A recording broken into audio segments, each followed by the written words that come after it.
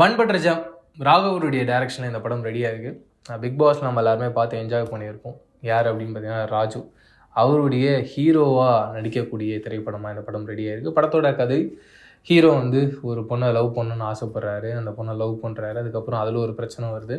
அங்கேருந்து கட் பண்ணிங்கன்னா அவரோட சின்ன வயசுலேருந்து ஒரு ஃப்ரெண்டு இருக்கார். அந்த ஃப்ரெண்டு ஹீரோயினை லவ் பண்ணுறாங்க. அதனால் ஒரு பிரச்சனை வருது. மீண்டும் கட் பண்ணிங்கன்னா ஹீரோவோட அம்மா வேறு ஒரு ஃப்ரெண்டை மீட் பண்ணி அவங்க பொண்ணுக்கு ஹீரோவை கல்யாணம் பண்ணி வைக்கணும்னு நினைக்கிறார். அங்கே ஒரு பிரச்சனை வருது. இப்போ ஹீரோவோட அம்மாவோட ஃப்ரெண்டோட பொண்ணோட அவருக்கு ஒரு லவ்வர் இருக்கார். அவங்களுடைய லவ் பிரேக்கப் ஆகுமா சேரப்போதான்ன்றது தெரியல. அங்கே ஒரு பிரச்சனை வருது. டுவர்ட்ஸ் எண்டில் இந்த எல்லா பிரச்சனைகளும் எங்கே முடியுதுன்றதான் இந்த படத்துடைய கதையாக இருக்குது. இந்த படத்தோடைய பெரிய ப்ளஸ் பாயிண்ட்ஸ் அப்படின்றது படத்தோட சினிமோட்டோகிராஃபி, நிவாஸ் கிரேபசனாவுடைய மியூசிக், எடிட்டிங், இந்த படம் ஓவராலாக ட்ராவல் பண்ணி நடிச்சிருந்த ஆர்டிஸ்ட் இன்க்ளூடிங் விக்ராந்த். ஏன்னா விக்ராந்தோட ஒரு சின்ன போர்ஷன் ஆகட்டும் இந்த படத்தை இன்னும் என்ஹான்ஸ் பண்ணி அடுத்த ரேஞ்சில் கொண்டு போச்சு. அதில் டவுட்டே இல்லை. இந்த படத்துக்கு ஒரு பெரிய சப்போர்ட்டாகவே விக்ராந்த் இருந்தார்ன்றதும் டவுட் கிடையாது.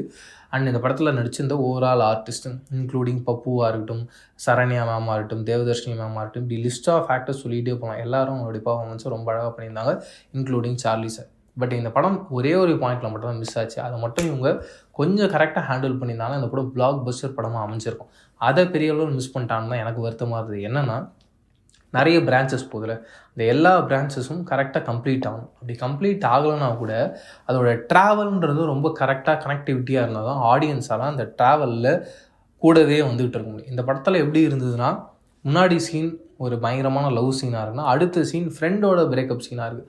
ஃப்ரெண்டோட பிரேக்கப் சீன் என்ன தான் வலியும் வேதனையும் தந்தால் கூட ஒரு லவ்வர் அதை மாற்றிடுவா. அப்படி தான் எல்லாருடைய இயல்பான லைஃப்லையும் நடக்கும். இது சினிமா அப்படின்னா கூட அவனுடைய கேரக்டர் அப்படி வேறு மாதிரி இருக்குன்னா கூட ஒரு பாயிண்டில் நம்மளால் ஏற்றுக்க முடியும். எல்லா பாயிண்ட்டும் அது தொடர்ந்து நடந்துக்கிட்டே இருக்குது.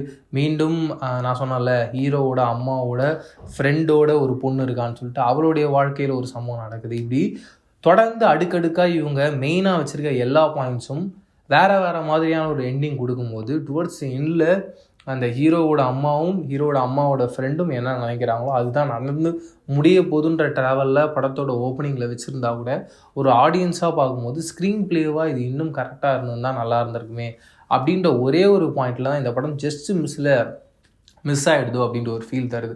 அதை மட்டும் சரி பண்ணியிருந்தாங்கன்னா இந்த படம் ரொம்ப பியூட்டிஃபுல்லான ஒரு பிளாக் பஸ்டர் படம் அப்படின்ற ஜோனுக்குள்ளே போக வேண்டிய அனைத்து சாதுரியங்களும் இருந்து நூழலையும் மிஸ் பண்ணிட்டாங்களே அப்படின்ற ஒரு சின்ன வருத்தம் தான் எனக்கு இந்த படம் பார்த்ததுக்கப்புறமா இருந்தது. தாண்டி நீங்கள் பன் பட்டர் ஜாம் படம் பார்த்துருந்தீங்களா, பார்க்க போகிறீங்கன்னா உங்களுடைய கருத்துக்களை கமெண்ட் செக்ஷன் ஷேர் பண்ணிக்கோ. இதே மாதிரி சூப்பரான அடுத்த ரிவ்யூவில் சந்திக்கிறேன்.